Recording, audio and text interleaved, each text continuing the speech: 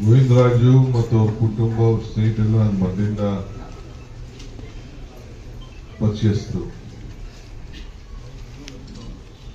ಜನತಾದಳ ಗುರ್ಸ್ಕೊಂಡು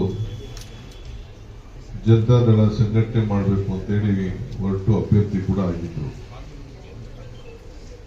ಆದರೆ ಬಿಜೆಪಿ ಮತ್ತು ಜನತಾದಳ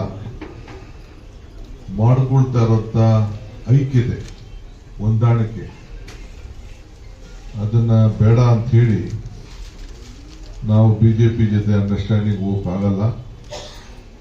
ನಮ್ದು ಸೆಕ್ಯುಲರ್, ನಾವು ಕಾಂಗ್ರೆಸ್ ಪಾರ್ಟಿ ಜೊತೆನೆ ಗುರ್ಸ್ಕೊಂಡು ಕಾಂಗ್ರೆಸ್ ಪಾರ್ಟಿಗೆ ಇರ್ತೇವೆ ಅಂತ ಹೇಳಿ ನಮ್ಮ ಜಮೀರ್ ಅಹಮದ್ ಖಾನ್ ಅವರ ಮುಖಂಡತ್ವದಲ್ಲಿ ಆ ಕ್ಷೇತ್ರದಲ್ಲಿ ಅವರ ವಿಶ್ವಾಸಕ್ಕೆ ತೆಗೆದುಕೊಂಡು ಇವತ್ತು ಪಕ್ಷಕ್ಕೆ ಎಲ್ಲರೂ ಸೇರಿ ಬರಬೇಕು ಅಂತ ಹೇಳಿ ಇವತ್ತು ಬಂದಿದ್ದಾರೆ. ಅವರಿಗೆ ನಾನು ಸ್ವಾಗತವನ್ನು ಬಯಸ್ತಾ ಇದ್ದೇನೆ.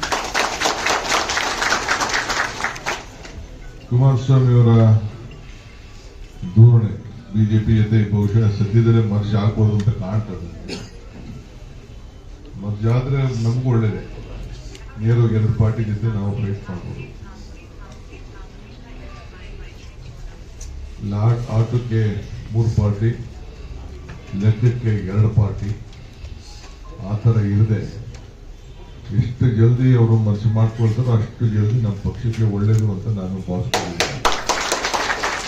ಯಾಕಂದ್ರೆ ಬಹಳ ಜನ ನನಗೆ ಲೀಡರ್ಸ್ ಎಲ್ಲ ಹೇಳ್ತಾ ಇದ್ದಾರೆ, ನಾವು ಏನಾದ್ರು ಒಂದು ತೀರ್ಮಾನ ಮಾಡ್ಕೋಬಹುದು, ಸುಮ್ಮನೆ ನಮ್ಮನ್ನು ಅಡ್ಗಟ್ಟುಗಳ ಮೇಲೆ ದೀಪಕ್ಕೆ ಇಡ್ತಾ ಇದ್ದಾರೆ ಅಂತ ಹೇಳಿ ಬಹಳ ಜನ ಬಿಜೆಪಿ ಲೀಡರ್ಸು ಹೇಳ್ತಾ ಇದ್ದಾರೆ, ಜನತಾದಳ ಲೀಡರ್ಸು ಹೇಳ್ತಾ ಇದ್ದಾರೆ.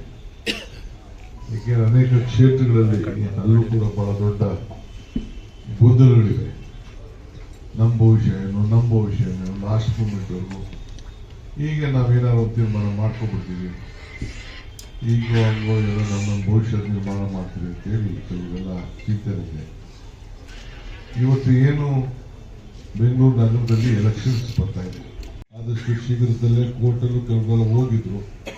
ಇದು GBS ಸರಿ ಇಲ್ಲ ಎಲೆಕ್ಷನ್ ಅಂತೇಳಿ ಕೋರ್ಟಲ್ಲೆಲ್ಲ ಅದಕ್ಕೆಲ್ಲ ನಾವೇ ಹೇಳ್ಬಿಟ್ಟಿದ್ದೀವಿ, ಇಷ್ಟು ದಿನದಲ್ಲಿ ಎಲೆಕ್ಷನ್ ಮಾಡ್ತೀವಿ ಅಂತ ನಾವೇ ಅಫಿಡವಿಟ್ ಕೂಡ ಸರ್ಕಾರನೇ BBMPನೇ ಫೈಲ್ ಮಾಡಿಬಿಟ್ಟಿದ್ವಿ. ಆ ಪ್ರಕಾರ ನಾವು ನಿಗದಿಯಾಗಿ ಎಲೆಕ್ಷನ್ ಮಾಡಬೇಕು. ರಾಜಕಾರಣದಲ್ಲಿ ಗೆಲುವು ಸೋಲು ಇದೇ ಇರ್ತದೆ.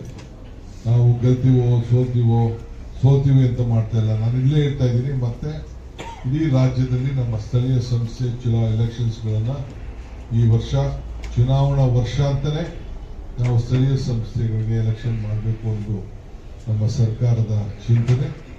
ರೂರಲ್ ಡೆವಲಪ್ಮೆಂಟ್ ಮಿನಿಸ್ಟರ್ ಕೂಡ ಯಾವುದೇ ಮುಖ್ಯಮಂತ್ರಿಗಳು ಹೇಳಿದ್ದಾರೆ, ನೀವು ಕೂಡ ನಿಮ್ಗೆ ಏನೇನಿದೆ ಕಾನೂನಿನಲ್ಲಿ ಸ್ವಲ್ಪ ತೊಡಕುಗಳು ಮಧ್ಯ ಅಡ್ಡ ಬರ್ತಾ ಇದೆ, ಅದನ್ನು ಬಗೆಹರಿಸ್ಕೊಳ್ಳಿ ಅಂತ ಕೂಡ ಅವ್ರಿಗೂ ಕೂಡ ಸೂಚನೆಯನ್ನು ಕೊಟ್ಟಿದ್ದಾರೆ. ನಾವು ಕೂಡ ಇದನ್ನು ಜಲ್ದಿ ಮುಗಿಸ್ತೇವೆ. ಸೆನ್ಸಸ್ ಬೇರೆ ಆಗ್ತಾ ಇದೆ ಮತ್ತು ಕೆಲವರೆಲ್ಲ ಅಪ್ಗ್ರೇಡೇಷನ್ ಮಾಡಬೇಕು ಅಂತ ಹೊರಟಿದ್ದಾರೆ. ಪಂಚಾಯತಿಗಳನ್ನ ಸೇರಿಸ್ಬಿಟ್ಟು ಅದನ್ನ ದೊಡ್ಡದು ಕಾರ್ಪೊರೇಷನ್ಗಳು ಮಾಡಬೇಕು, ಕೆಲವು ಮುನ್ಸಿಪಾಲಿಟಿ ಮಾಡಬೇಕು, ಕೆಲವು ಎಲ್ಲ ಪ್ರಪೋಸಲ್ಸ್ ಎಲ್ಲ MLA ಕೊಡ್ತಾ ಇದ್ದಾರೆ.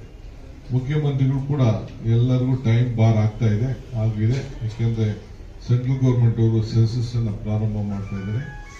ಈ ಹಿನ್ನೆಲೆಯಲ್ಲಿ ಇದಕ್ಕೆ ಅವಕಾಶ ಕೊಡೋದು ಬೇಡ ಅಂತೇಳಿ ನಾವು ಅದನ್ನ ಸದ್ಯಕ್ಕೆ ನಿಲ್ಲಿಸಿದ್ವಿ. ಈಗ ಎಷ್ಟಾಗಿದೆ ಅಷ್ಟು ಬಿಟ್ಬಿಟ್ಟು ಹೊಸದಾಗಿ ಯಾವ ಪ್ರಪೋಸಲ್ಸ್ ಈಗ ತರಕ್ಕೆ ಹೋಗಬೇಡಿ ಅಂತ ಕೂಡ ಮುಖ್ಯಮಂತ್ರಿಗಳು ತಿಳಿಸಿದ್ದಾರೆ. ಈ ಹಿನ್ನೆಲೆಯಲ್ಲಿ ನಾವು ಎಲೆಕ್ಷನ್ಗೆ ಸಿದ್ಧತೆ ಮಾಡ್ಕೊಳ್ತಾ ಇದ್ದೀವಿ. ನೀವು ಕಾರ್ಯಕರ್ತರು ಎಲ್ಲ ಕೂಡ ನೀವೆಲ್ಲ ಸಜ್ಜಾಗಬೇಕು ಅಂತೇಳಿ ತಮ್ಮನ್ನು ಪ್ರಾರ್ಥಿಸಿ, ಇವತ್ತು ಏನು ಚಾಮರಾಜಪೇಟೆ ವಿಧಾನಸಭಾ ಕ್ಷೇತ್ರದಿಂದ ಬಂದಿದ್ದಾರೆ ಎಲ್ಲರೂ ಕೂಡ ತಿರ್ಗಾ ಇನ್ನೊಂದ್ಸತಿ ಹೋಗೋದು ಇವೆಲ್ಲ ಮಾಡ್ಕೋಬೇಡಿ.